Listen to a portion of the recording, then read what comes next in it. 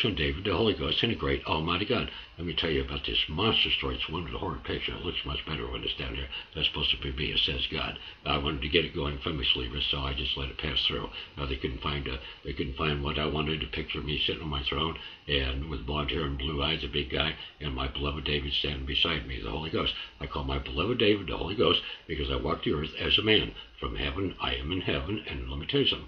You can ask me about heaven. I don't have a freaking clue. I know people in heaven.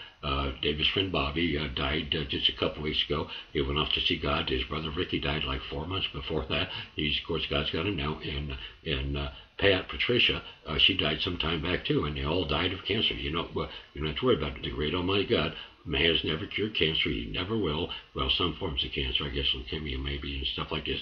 The great Almighty God will kill off everything. There'll be no disease, there'll be no sin or anything anymore in the new world. It is in the book. You have to read it to believe it. I kid you not. Anyway, I got my beloved David to a little mission. I bushwhacked. He didn't have a clue.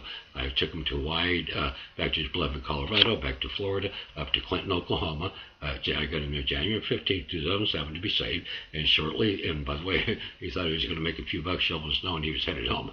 God had other plans. That was the end of the line for him.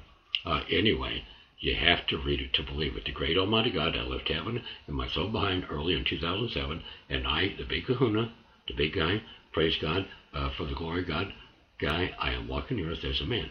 And you can't comprehend. If you believe this, look into these, behind these glasses and the blue eyes, there are two of us. And you can see the power of God. Most of you don't know the power of God, and most people don't have a fear of God anymore.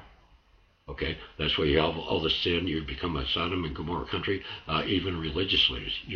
We only actually heard one guy speak out, and that was for I can't remember his name. The governor of Texas. He called Mitt Romney's church, Jesus Christ of Latter-day Saints, a cult. But at least somebody stood up. God really didn't care. God didn't like the Catholic Church or the Mormon Church because all the pomp and BS. What do you need a pope for? You got a Bible, you got a Holy Bible. It's kind of a road map.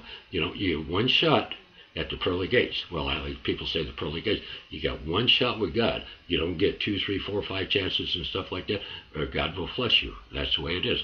We are in the end days. One event will end life on earth. As you know, you have to read it to believe it. One Man of God from Cleveland's Publishing as a book or ebook version. Also at Barnes & Noble, as a book or on Nook, also at Amazon.com, as a book or on Kindle, or check your local bookstore. And stay